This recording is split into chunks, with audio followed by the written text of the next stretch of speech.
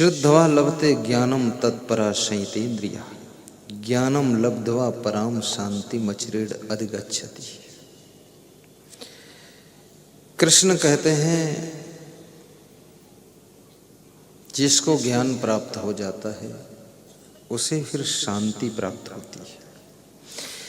आप अशांत हैं इसका मतलब अभी ज्ञान हुआ नहीं है, और फिर भी कहते हैं हमको सब ज्ञान है, मालूम है, जानते हैं। कहाँ ज्ञान हुआ है? ज्ञान हो जाता तो बहुत शांति दिखाई देती, और शांति जिसके अंदर होती है वो व्यक्ति हमेशा दुख में, सुख में, हानि में, लाभ में, संयोग में, वियोग में, उतार में, चढ़ाव में, लेन देन में, हर कंडीशन, पोजीशन, सिचुएशन में वो प्रसन्न रहता है। प्रसन्नता तुरंत समझ लेता है अब क्या करना है। व्यापार की हानि भी उसको दुखी नहीं कर सकती है, धन की हानि उसको घायल नहीं कर सकती है। परिवार का कोई सदस्य मृत्यु को प्राप्त हो गया है, वो भी उसकी आत्मा को विह्वल नहीं कर सकता है। वो समझता है, ज्ञान है कि ये मृत्यु लोक है, यहाँ किसी का शरीर अमर नहीं है, सबको एक दिन जाना है, सबका वियोग होना है। संयोग है तो वियोग होगा ही, दिन है तो रात होगी ही, जहाँ लाभ है वहाँ कभी हानि होगी ही। ये सब जोड़ा है। तो आज का प्रश्न है, महात्मा विदुर से महाराजा धीराज धृतराष्ट्र ने पूछा है कि वह कौन से लोग हैं जिनके घर में लक्ष्मी का निवास रहता है। विदुर जी कहते हैं उनके घर में 5 बातें हुआ करती है। कौन कौन 5 बातें विदुर बताइए, वर्णन कीजिए। विदुर कहते हैं, राजन, वश्येन्द्रियम जितात्मानम धृतदंडम विकारिषु पारिच्छिकारणम अत्यंत धीरम श्री निर्सेवते। ये 5 बातें। पहली बात ये है वश्येन्द्रियम, जिनकी इंद्रियां वश में रहती है, जो चंचल दास नहीं है, कंट्रोल में रहते हैं, जिसकी आंख भी कंट्रोल में है, कान भी कंट्रोल में है। ये छोटी छोटी इंद्रियां आपकी नियंत्रण से बाहर होती हैं, बहुत खतरा पैदा करती हैं। आंख से क्या देखना चाहिए, क्या नहीं देखना चाहिए, किस अंदाज में देखना चाहिए, किस भाव से देखना चाहिए, कान से क्या सुनना है, क्या नहीं सुनना, ये डिसीजन आपको लेना है। ये कान डिसीजन नहीं लेंगे, आप लेंगे। जीवा से क्या बोलना है, कब बोलना है, कब चुप रहना है, ये डिसीजन आपको लेना है। और मनुष्य की जितनी इंद्रियां हैं, सभी इंद्रियां आपके जीवन जीने में सहायक है। कर्मेंद्रियों को ज्ञान इंद्रियां मदद करती है। तो जो इंद्रियों को वश में रख लेता है, और सबसे खतरनाक इंद्री जिह्वा है। खाने बैठो तो ये स्वाद की वशीभूत होकर ज्यादा खिला देती है, और बोलने जब इंसान चलता है तो इतना ज्यादा बोल जाता है कि घर में पूरा विस्फोट हो जाता है। बोलता भी बहुत है। इसलिए जीव के पास में 2 डिपार्टमेंट है, नंबर 1 बोलने का, नंबर 2 स्वाद लेने का। और डबल विभाग संभालने वाली ये जिह्वा, ये ज्यादातर लोगों की बेकंट्रोल है। कितने लोग तो बहुत लालच में खाते रहते हैं, और जीव से जो गिर गया वो अपनी जिंदगी से गिर जाता है। जीव बहुत मेन चीज है। ये जीव जिसकी नहीं संभली वो कभी जननेन्द्रिय को वश में नहीं कर सकता है। जिह्वा का लंपट वो कभी भी त्याग से नहीं रह सकता है, वैराग्य से नहीं रह सकता है। और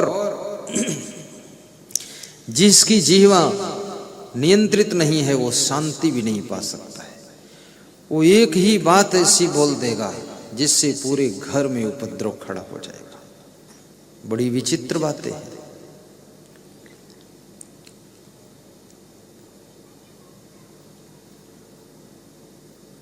जीव को संभालना ये बहुत बड़ी साधना है। नाराज न हुआ करो, समय को बर्बाद न किया करो, धन की फिजूल खर्ची न किया करो, जहाँ आवश्यक है खर्च करना वहाँ कंजूस न बना करो, बुरे कार्यों में खर्च करने के लिए आगे मत बढ़ा करो, अच्छे कार्यों के लिए दोनों हाथ खोलकर खर्च भी किया करो।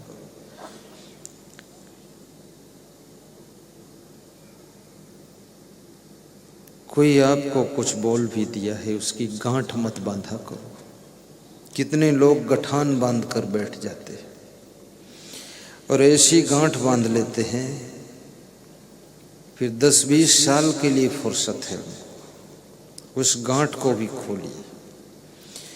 क्योंकि जिस विषय पर नाराजी हुई थी वो आदमी अब बदल चुका है, काफी चेंज हो गया है।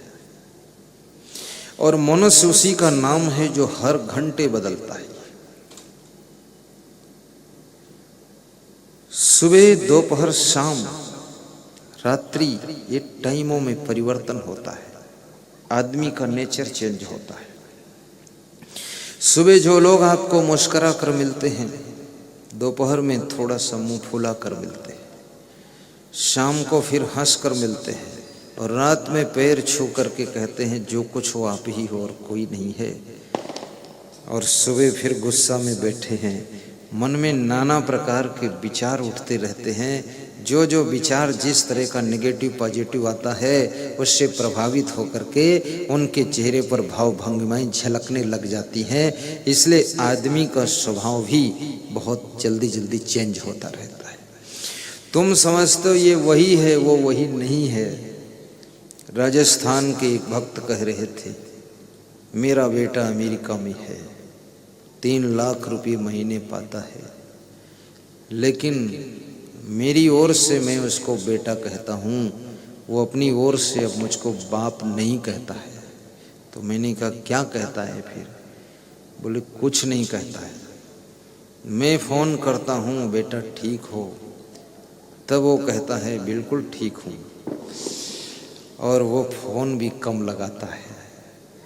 तो मैंने कहा अब बेटा किसी दूसरे का भी हो चुका है, अब उस पर से अधिकार धीरे धीरे कम कर लीजिए, संतोष कीजिए, उस माल का मालिक कोई दूसरा बन चुका है, तुम ज़्यादा टेंशन मत लीजिए।